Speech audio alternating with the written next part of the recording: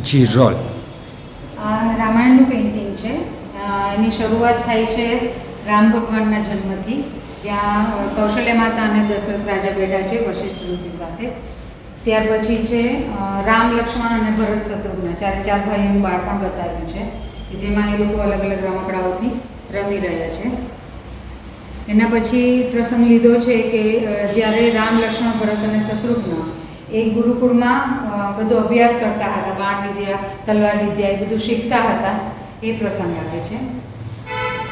એના પછી છે આ છે તારકાવધ છે કે જેમાં રામ ભગવાન રાક્ષસી તારકાનો વધ કરે છે. એના પછી છે આ દેવી અહલ્યાનો કે જેમાં એ એક શિલા, પથ્થરના સ્વરૂપમાં હતા, એમાંથી એ સ્ત્રીના સ્વરૂપમાં આવે છે. ત્યારબાદ આવે છે જ્યારે એક વનમાં, બગીચામાં રામ અને સીતા માતાનું પહેલીવાર મળવાનું થાય છે, મળે છે બંને, આ એ પ્રસંગ છે. એટલે આ આખું જનકપુરીનું ઉપવન ને બગીચો બતાવેલો છે. ત્યાર પછી આ પ્રસંગ બહુ ફાઇન છે. આની અંદર છે સીતા સ્વયંવર, જેમાં રામ ભગવાન જે શિવ ધનુષ હતું એ તોડી અને સીતા માતા સાથે લગ્ન કરે છે. જી મેમ, આપનું નામ અને આજે શું પેઇન્ટિંગ કરવામાં આવ્યું છે? નમસ્કાર, મારું નામ વિભા વેકરિયા છે અને મારા હસબન્ડ છે મનોજ વેકરિયા. આજે અમે અહીંયા આગળ ડિસ્પ્લે કર્યું છે યુઆઈડી ઇન્સ્ટિટ્યૂટમાં, ડિઝાઇન ઇન્સ્ટિટ્યૂટ છે, એમાં રામાયણનું પેઇન્ટિંગ છે. 101 ફૂટ લાંબુ અને 2.5 ફૂટ પહોળું આ પેઇન્ટિંગ છે. આ પેઇન્ટિંગ મારી દીકરી જાહ્નવી વેકરિયાએ બનાવ્યું છે, પણ અત્યારે એ ભણવા માટે થઈને બહાર ગયેલી છે, એટલા માટે એ હાજર નથી.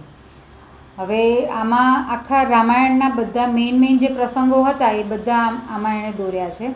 આ પેઇન્ટિંગ એણે જ્યારે 8મા ધોરણમાં હતી ત્યારે સ્ટાર્ટ કર્યું હતું અને પછી રજાઓ દરમિયાન, વેકેશન દરમિયાન જ્યારે એને ટાઈમ મળતો ત્યારે એ પૂરું કરતી. એમ કરતાં એણે 12મા ધોરણમાં આવી ત્યારે આ પેઇન્ટિંગ એણે પૂરું કર્યું છે. આમાં મેઇન પ્રસંગો લઈ અને એમણે રામ ભગવાનના જીવનના ચરિત્ર બધા બતાવ્યા છે અને એમાં એમને કઈ મુસીબતો આવી અને એ મુસીબતોનો એમણે કેવી રીતે સામનો કર્યો અને પોતાના જીવન દરમિયાન લોકોને શું સંદેશા આપ્યા એ દોરવાનો અને એ બતાવવાનો એણે પ્રયાસ કર્યો છે. લોકોને શું સંદેશો આપશો? આ બનાવવાનો હેતુનું કારણ શું હતું ને 22 તારીખે જે અયોધ્યાનું ઓપનિંગ છે તો તેના માટે તમે શું કહેશો? આ બનાવવા પાછળનો મેઇન હેતુ તો એ હતો કે એક તો એને મારી દીકરીને ચિત્રમાં, પેઇન્ટિંગમાં ને એમાં ઇન્ટરેસ્ટ હતો, એટલે અમને એમ થયું કે આ જે સ્ક્રોલ પેઇન્ટિંગ જે અમારું પણ એક વારસાગત એ આગળ જાળવી રહી છે કે મારા દાદી બનાવતા, હું બનાવું છું અને મારી દીકરી પણ એ બનાવે છે, એટલે કે વારસાની રીતે પણ એને પોતાની ઈચ્છા હતી કે એ આ કામ કરે. અને બીજું કે અત્યારે આપણી જે માઇથોલોજીકલ સ્ટોરીઝ કે ભગવાનની વાર્તાઓ લઈને દોરે તો અત્યારની જનરેશનની અંદર પણ એ બધા સંસ્કાર આવે. નહીં તો એવું થાય છે કે એ બધાનું નોલેજ કે એ બધાનું જ્ઞાન એમને ક્યાંયથી મળતું નથી, એટલે આપણા જે સંસ્કાર ને આપણી સંસ્કૃતિનું જ્ઞાન એમનામાં આવવું જોઈએ, એ અત્યારની પેઢીમાં આવતું નથી. તો આ દ્વારા એ પોતે, એના પોતાની અંદર તો એ સંસ્કાર આવે, પણ એની ઉંમરના બીજા બાળકો પણ એ જોવે અને એનાથી પ્રેરણા મેળવે.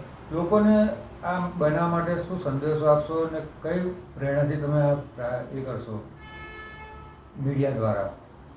બસ એ જ કે આવી રીતના ટીનેજ અત્યારે બાળકો જે હોય છે એમને આપણી સંસ્કૃતિ સાથે જોડાવા માટેના અલગ અલગ માધ્યમ શોધી અને એની માટે પ્રોત્સાહિત કરવા જોઈએ.